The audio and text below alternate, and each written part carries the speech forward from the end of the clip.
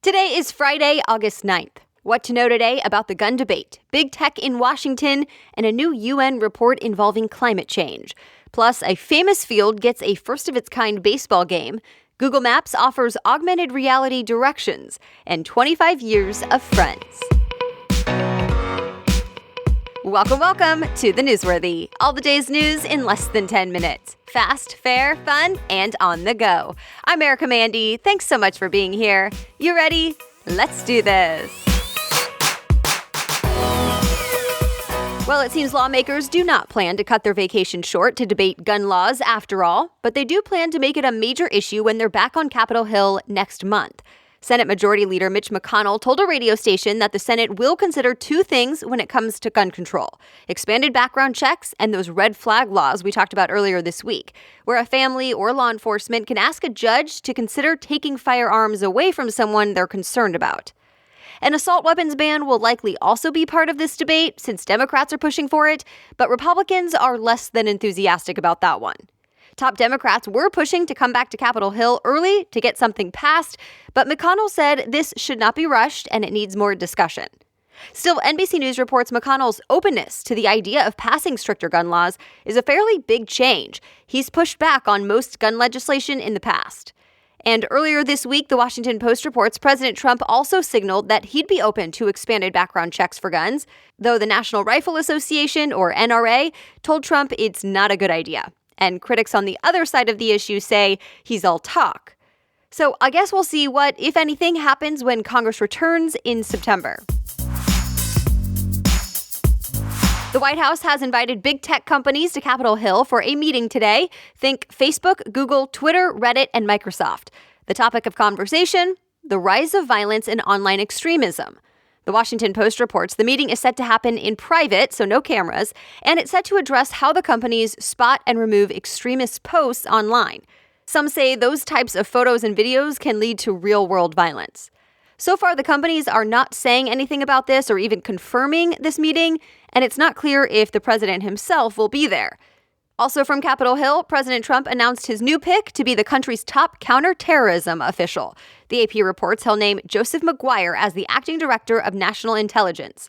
McGuire is a retired Navy admiral. It's a change from Trump's original plan to nominate Representative John Ratcliffe. That choice got criticism from both parties for his lack of experience. A new United Nations report found people are using the world's land and water resources at a, quote, unprecedented rate, which could make food harder to come by in the future. More than 100 experts from more than 50 countries put this report together. NPR says they found 500 million people are already living in places that are turning into deserts, and soil is being lost between 10 and 100 times faster than it's forming. And yes, they say climate change is making it worse with flooding, droughts, and extreme weather. But there is hope, a way to fix the potential food crisis. The report offers ideas like wasting less food and making changes to how food is produced, like with better soil management. And also, the report says, eat less meat. Right now, growing grain for animals takes up a lot of land, which can lead to clearing forests, and it also contributes to climate change. The world's largest annual gathering of Muslims starts today. Millions of people will take part in the Hajj. It's an annual pilgrimage to Mecca in Saudi Arabia. CNN says performing the Hajj is one of the 5 pillars of Islam. Every Muslim who is able is supposed to make the journey to the holy city at least one time in their lives. And then as that comes to a close on Sunday, it's the major Islamic holy day, Eid al-Adha. It means the Feast of Sacrifice, and it goes through the 15th. All right, we have much more news still ahead for you, but let's take a quick break right now to thank this week's sponsor, MM LaFleur. I know a lot of us are very busy, we have a lot going on, and this is a company that really tries to make your life easier. MM LaFleur offers machine washable and wrinkle-resistant fabrics, adjustable hems, roomy pockets, and so much more. Yet the clothes are still stylish and professional. And each item is designed with versatility in mind, so you get the most out of each outfit. One of their recent blog posts is one top, 5 different ways. I love having those options because I don't want to waste time standing in my closet wondering what to wear when I'm in a hurry because I only have a few pieces. And right now, new customers can get $25 toward their first purchase with the code Newsworthy. So check it out or tell the women in your life. Just visit mmlafleur.com/newsworthy for more details and to redeem this gift. That's mmlafleur.com/newsworthy, and you can also find that link in today's show notes. Now back to the news. If you build it, they will come. You know the famous field in Iowa where the 1989 movie Field of Dreams was filmed? Well, there will now be an actual Major League Baseball game there for the very first time. The game will be between the New York Yankees and Chicago White Sox. The league is building a temporary 8,000-seat stadium for this game, with construction starting now. ESPN says a pathway is being built through the cornfield that will take fans to the stadium, and it will overlook the spot where Kevin Costner's character heard that famous phrase, "If you build it, he will come." It'll be the first ever Major League game in Iowa, and it's happening next August. Well, Uber lost $5 billion over the last 3 months, as in the company's largest loss ever. The Wall Street Journal reports Uber is likely struggling for a few reasons, including more competition around the world. But analysts say this loss was actually expected because of the IPO. In other words, there are routine costs that come along when a company goes public. Most expect Uber to keep losing money for a while, although the company is growing. Uber bookings have apparently gone up 30%, and other parts of the business, like Uber Eats, are growing quickly.